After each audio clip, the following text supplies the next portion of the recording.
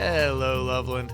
I'm Mike Meldon, and this is your Loveland Weekly Podcast, brought to you by Gina Dubell-Smith, eXp Realty, and Stone Pillars Farm. Today, you're going to hear my conversation with Loveland City Council candidate Todd Osborne. Todd and I have been friends for a while now, as we were both members of the Loveland Community Heartbeat Pack.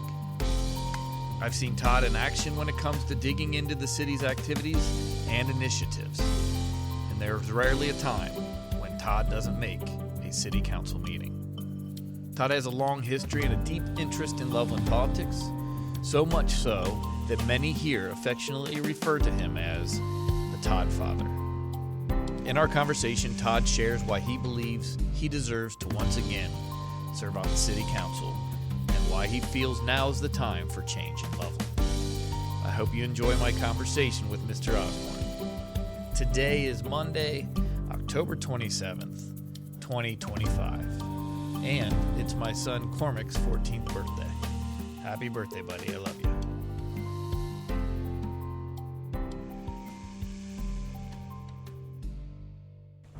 I'm Todd Osborne, and I'm running for Loveland City Council. I have been a resident almost all of my life. Grew up, had a very active family that was into politics and into city life. It's not often that you have a 5-year-old birthday and your guests are the mayor and the police chief. That's awesome. So what did they do? I remember seeing photos, like I guess it was probably newspaper photos of you and young boy, and I remember. We would after the city hall burned down. The swearing-in ceremonies and council, until this current city hall was built, council was held at the Fireman's Hall. And so the picture you see is my twin brother and I congratulating Viola Phillips as being the new mayor. Very cool. Were they just involved in committees, or what kind of stuff was your family involved with? No, my mother was an organist for Prince of Peace forever, and also played a lot of civic functions, including things like the ribbon cutting ceremony for the sewer plant. That's awesome. My father was on a lot of committees. He was on annexation. So through osmosis, I guess, or just absorbing the surrounding, you appreciate Loveland, and you appreciate council and what council can do, what the police department can do. I mean, Viola Phillips was at our house a lot, so the police were at our house a lot with signing warrants at that time. Oh, wow. The mayor at she that had time to do that. Would sign warrants, so the police would know exactly where Viola Phillips was. So I grew up in the Heights.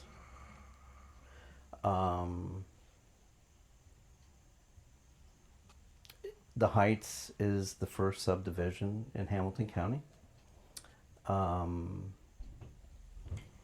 At that time, it was a lot of General Electric. It was blue collar. Gotcha.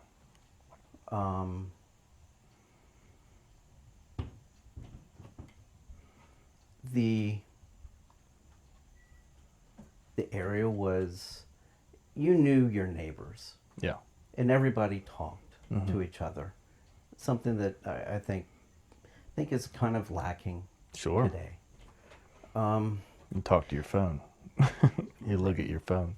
And we had a park. We actually had tomahawk trails years ago before it went away for a little bit, and now it's been resurrected thanks to Jim Dahmer and to the Parks and Recreation.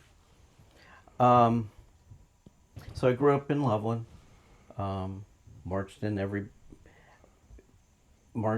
parade. Do you go to Loveland High School? I went to Loveland High School and then eventually Scarlet Oaks. Oh, okay. With broadcast arts, which from there gave me my first career, which was broadcasting. So I worked at Channel 48 and Channel 64 and a couple of other post-production companies.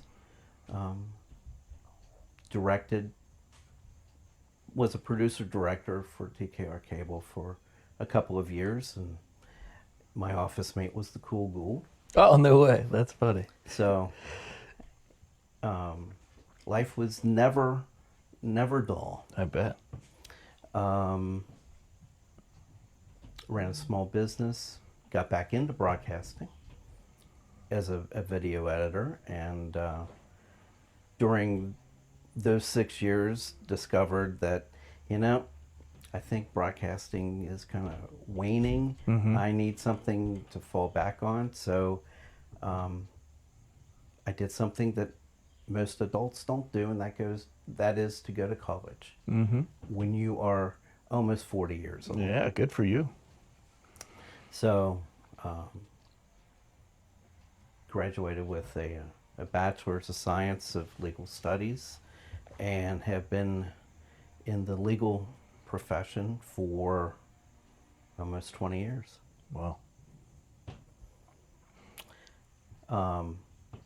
Moved back in 2001.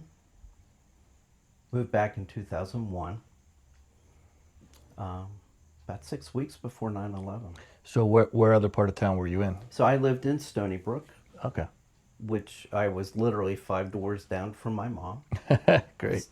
On the same street, on Mohican.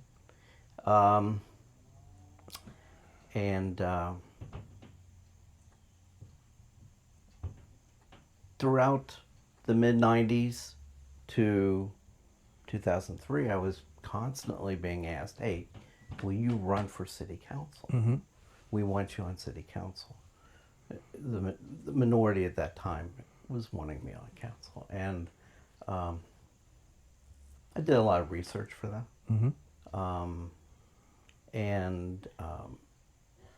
So in 2003,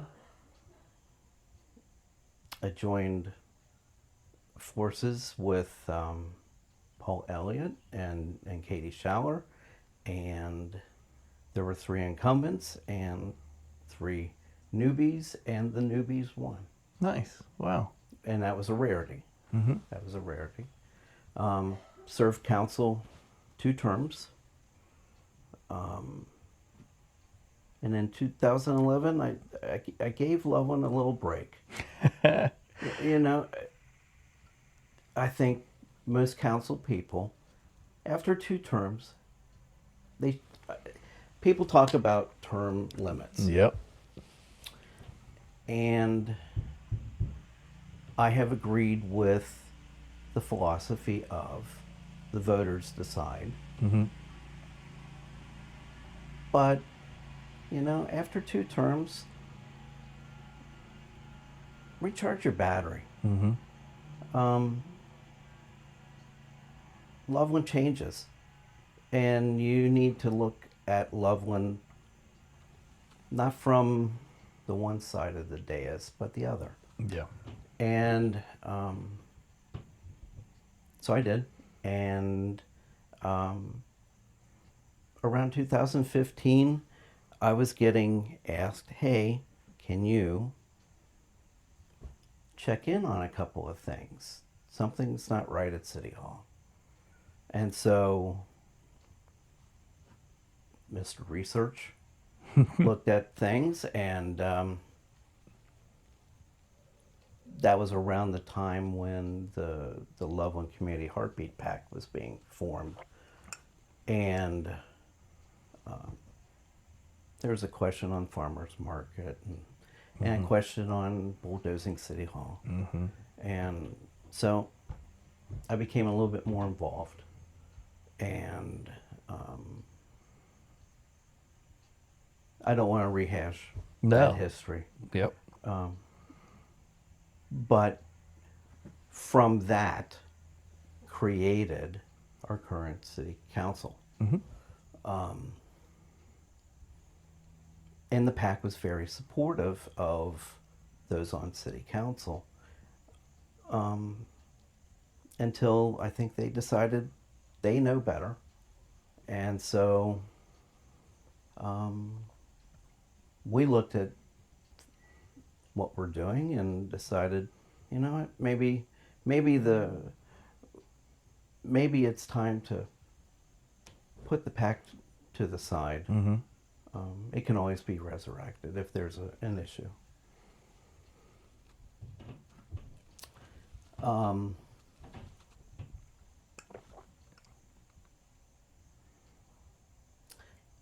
Why I'm running, I've been behind the scenes since the 10 years. Since the Fitzgerald years. Yeah. I've been behind the scenes and doing a lot. Vice chair of the Charter Commission, vice chair and secretary of Law and Ordinance, and we have gotten some things established in town. Law and Ordinance has been a learning experience on lighting in this city. Yeah. With the dark sky. Yeah, Cindy Kessler coming in. Cindy Kessler is the queen of dark sky. Yes. And also trees. 100%. And you've been... I work with her a lot, yes. A lot. She's phenomenal. And so we established some new ordinances, and I think they're for the betterment. Oh, heck yeah. They're for the better. And probably a lot of people don't know about them, I would guess. Unless you have a business downtown, right?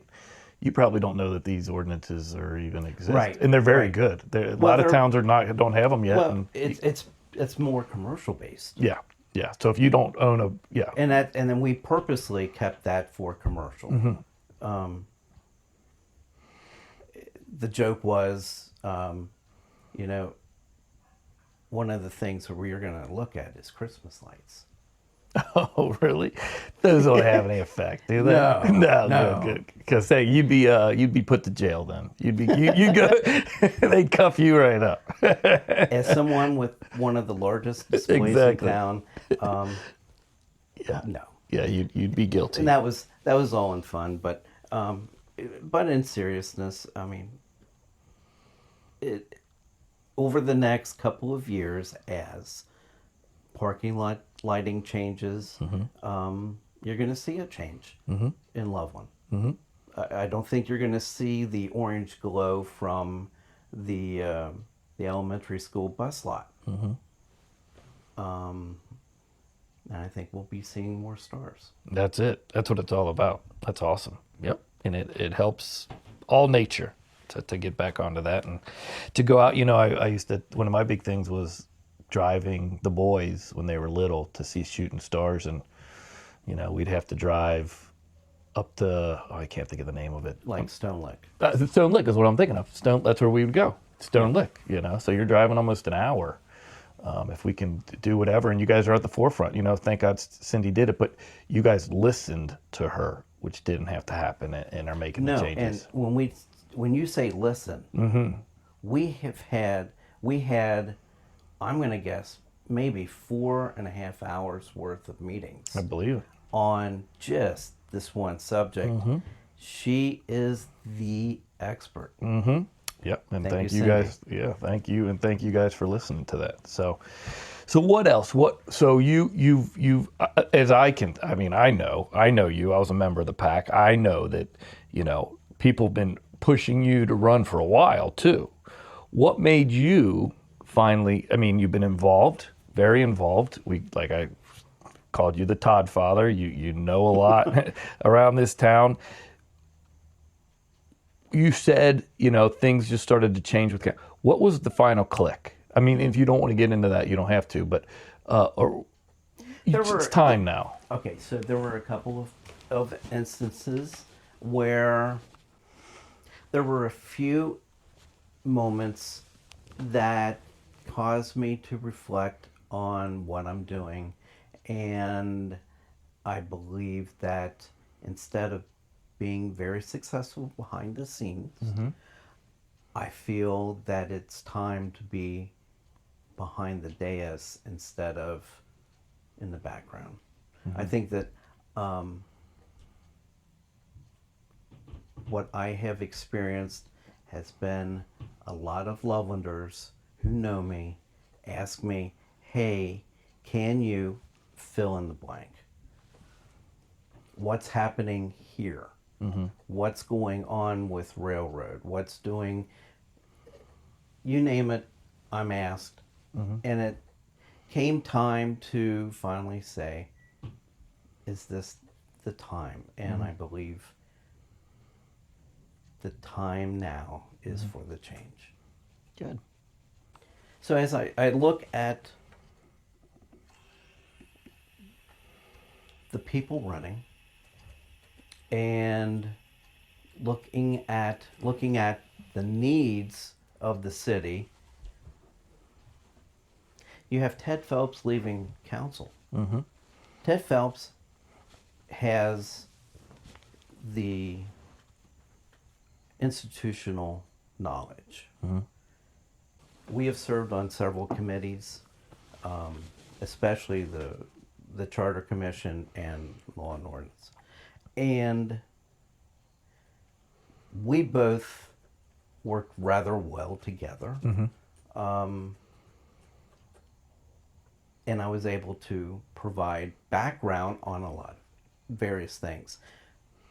With my father having served on committees, I have an original city charter. Oh, that's awesome. So when we were going through the charter, we could progress through every single edition of the charter and to see how Loveland handled certain things and how we wanted to change things. One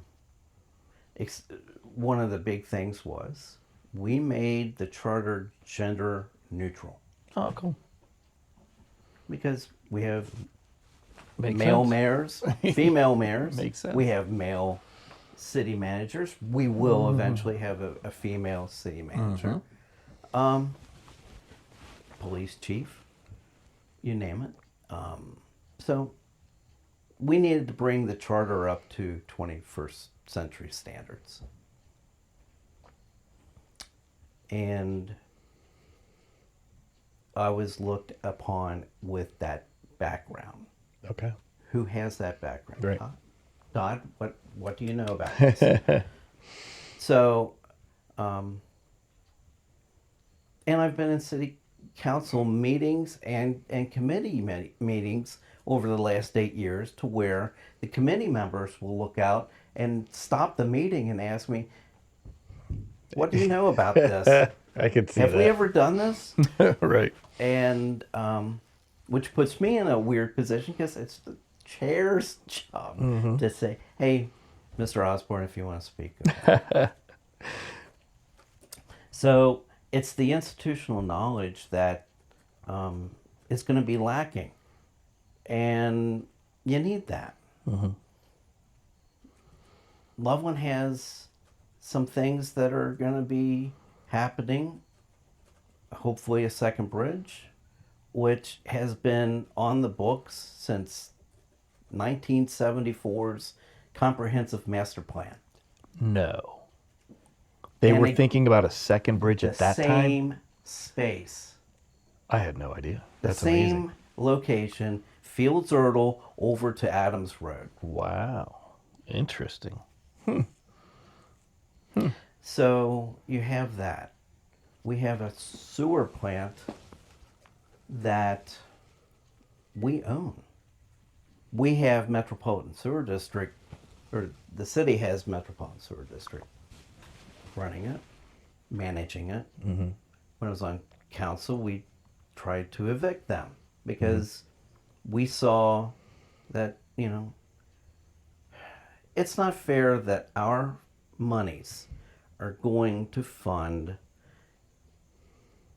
City of Cincinnati, west side of town, all of the merging of sewer water and storm water. Mm-hmm.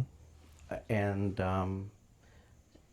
there's a consent decree on MSD to fix the problem, and we're paying for that. Mm-hmm. With what we have paid, we had a city manager once tell us, this was a few years after the Y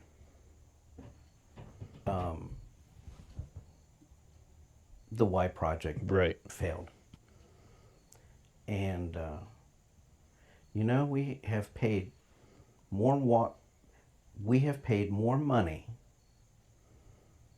to Metropolitan Sewer District that would have paid off the YMCA project. Wow.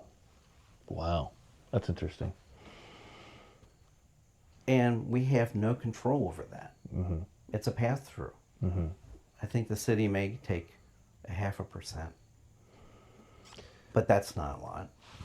But Metropolitan Sewer District just keeps churning along at 5 to 7% increases a year, and there's not much we can do. I was going to say, it's impossible to get that back now, correct? Yeah. No, I completely think that at the time that Loveland sued, mm-hmm. we had a federal judge who was in his waning years that wanted to have this was going to be his memory. Mm-hmm. And Loveland, I think, got shafted. And we owned the plant outright. It's nice that they've done all of these betterments, mm-hmm. but we own the plant. We should have the plant back. With that, our rates should drop. Sure. Where is the plant? The plant's on East Camper Road. Okay. Gotcha. Gotcha. And a few years ago, you would smell the plant at 8 p.m. every night. Oh, yeah. They do a dump or something. As you drive past Grand Sam's. Yeah. Now I know. Yeah, now I can see where it is. So, yeah, go ahead. But that plant is very key to the growth of Loveland, and I can't go into it, mm-hmm. and won't go into it, mm-hmm. but it's very, it will have an impact if a button or two is pushed, and the needed at a point. So let me ask you this: Is anyone else talking about this?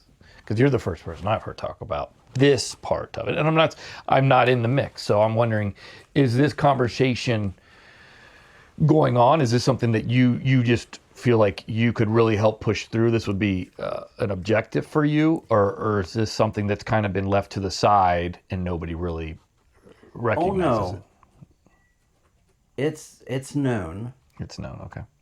It's known. It's a political. It's a grenade. Okay. Nobody wants to touch it. Nobody wants to touch that puppy. Gotcha. And, but it would be very fundamental to the growth of Loveland. Essential growth to Loveland. That's interesting. But for Loveland to grow, we need some annexation. I know one of my fellow slate mates, as we call it, has mentioned another commerce park, and I think that could actually happen along with the North Bridge. Another Commerce Park where? I think along out Adams, along out 48, where there is sufficient acreage. Yeah. And there's a lot out there. That's what, I'm talking off mic with some candidates. And I'm glad to hear you say annexation. That is our future. It has to be. I had a candidate, again, I'm not going to mention, and there's lots of them that I talked to, so you can't guess really, but who was comparing our growth to Madeira. And he said, well, I'm talking to a city manager or council member in Madeira. And I said, that's apples and oranges. They are landlocked. They're not annexed. Their future is limited. Ours is unlimited with annexation as an option in growth. They don't have that. No. Madeira is, I jokingly call Madeira West Indian Hill. Mm-hmm.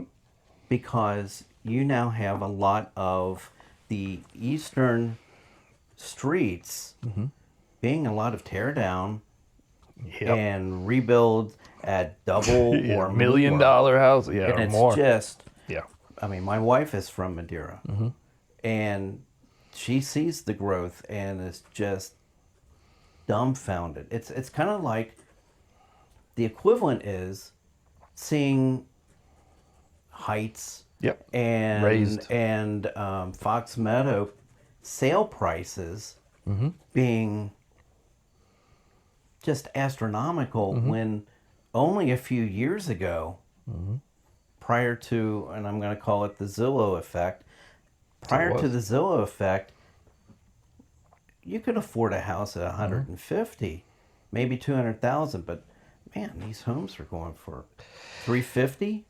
This is nuts. And, like you said, the key to this is annexation and building affordable homes when we expand. If we didn't, we would have to do what Madeira's doing. Montgomery did it. My dad had a house off Deerfield in Montgomery, and they raised his house. They sold it, raised his house, put up, like you said, a house that's 3 times as much. And if we didn't have this possibility to grow, the Heights would be gone in 10 years. Oh, look at Zigzag in Montgomery. Right, exactly. Zigzag, the perfect. But that's a Height. If we didn't have the opportunity to expand, you could say the Heights kiss goodbye in the next 10 years. And that's why I'm so glad you mentioned annexation, because if you're going to be looking forward in this town, that's got to be part of the conversation. Big time. As I mentioned at the Candidates Forum, we have aging infrastructure that we really need to have a more focused attention to. I can talk about the Heights, but you have Pheasant Hills at 50 to 60 years old. You have Fox Meadow at about the same. You have the west side of downtown. Park and Wall and when they did Main Street's renovation, they're pulling out some valves that were over 100 years old, made out of wood. That's crazy. That's so nuts. Yeah, there needs to be a focus on our infrastructure, and just like the streets, where the city needed to rehab the streets. The streets were in really bad shape. Frankly, I blame the council from the teens through a couple of years ago, where they really just didn't want to pay attention to it. Yeah. Or fund it. Kick the can down, yeah. I'm glad that the city has been taking care of the roads. Now it's time for under the roads, which is not the sexiest thing in the world, but as we grow old, so do our pipes. Yeah. And so we need to take care of that. Oh. So there's been discussion about the current council and the 7-0 votes. Oh, yeah. And, we had a lot of 6-1, 5-2 votes, or 7-0. What's different is we had dialogue at the table.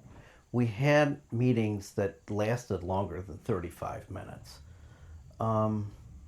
We had substance to the meetings, and I don't see that. I see a lot of awarding plaques and photo ops, but when it comes down to it, what exactly? Council is the board of directors of the corporation of the city of Loveland. Yeah, we have a CEO, that's Dave Kennedy, who's incredible. Dave Kennedy is the best city manager ever for this town. And when he officially retires, he retired. He retired on April 1st. Ironic. Yep. He retired on April 1st and was rehired April 1st. Jeez. When he really retires, this town is going to go through some growing pains. And we're going to need someone that is the same caliber. And I know what it was like to find Tom Carroll, Fred Enderly, and Dave Kennedy is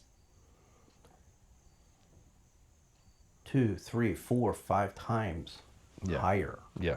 But Dave Kennedy has Loveland at his, I think he wakes up at whatever time in the morning and he's immediately on Loveland. He's on it all day. And I could say, I might text him something and not want a response because I feel bad. Like I think of something, so I text. I know not to do it anymore because the poor guy gets back to me that minute. You know what I mean? It'll be a Sunday night. And I'm like, don't get back. No big deal. Or I'll email him. That's what I'm thinking. It's not even going to go to his text. And he still gets back to you. And I'm like, Dave, yeah, it's on his mind every day, 24 hours a day. 5:45 in the morning. Yeah. Dave. Relax. Come in, have a cup of whatever, relax, get your bearings, and but at 5:45, God love his dedication. Yes. And that's why, I'll be honest, for me sometimes when I get angry or frustrated with something, the first thing I have to do is, I know if I talk to Dave first, he'll probably do his best to fix it, But there are some things that take more than that, right? So I never met Dave until I started serving on committees. And he just absolutely blew me away. And so we've had a good rapport.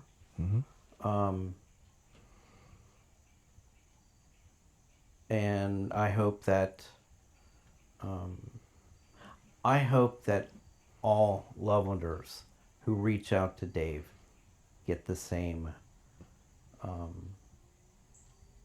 response, the same. I think they will. Let me see. I'm going to use a term. Yeah. Let me use a term. Dave gives most incredible concierge service Yes, that that's the what it city is. has ever. That's what it is. What do you need and how can I help you? Exactly. And that's what he does. Exactly. And people, you can't take that for granted because that is nowhere else. Not like he does it. No, go to any other city. Anywhere. You're not going to see this. All right. Well, now we're at the point where you speak to the people. Why should they vote for you?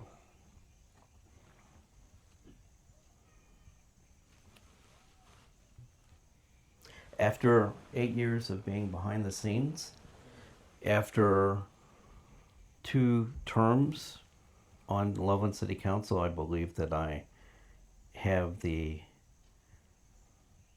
knowledge and the history to bring to City Council and to move the city forward in a positive step with open dialogue, with transparency, without favor, and as somebody pointed out, there needs to be a little change, and what we need isn't just little. We need new blood in Loveland City Council that isn't there right now. And I believe that I can be one of 4 new candidates elected to Loveland City Council. And I would appreciate your vote on November 4th. And if you're voting early, I appreciate your vote.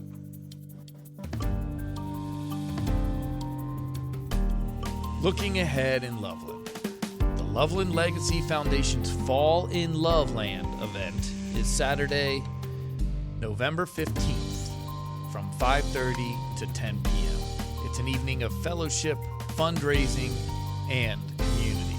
Join with friends from Loveland and neighbor communities for a night of celebration. The evening will include an open bar, dinner curated by Tano's Bistro Catering, a photo booth with lively dance music by Big Daddy Walker Productions, and high-value raffle items, and much, much more. Dress code is Country Club Casual. All proceeds are going to go to the Loveland Legacy Foundation to support our 45140 community. For more information, go to the link in the episode description. We have something truly special here in Loveland. Thank you for listening, and have a great week.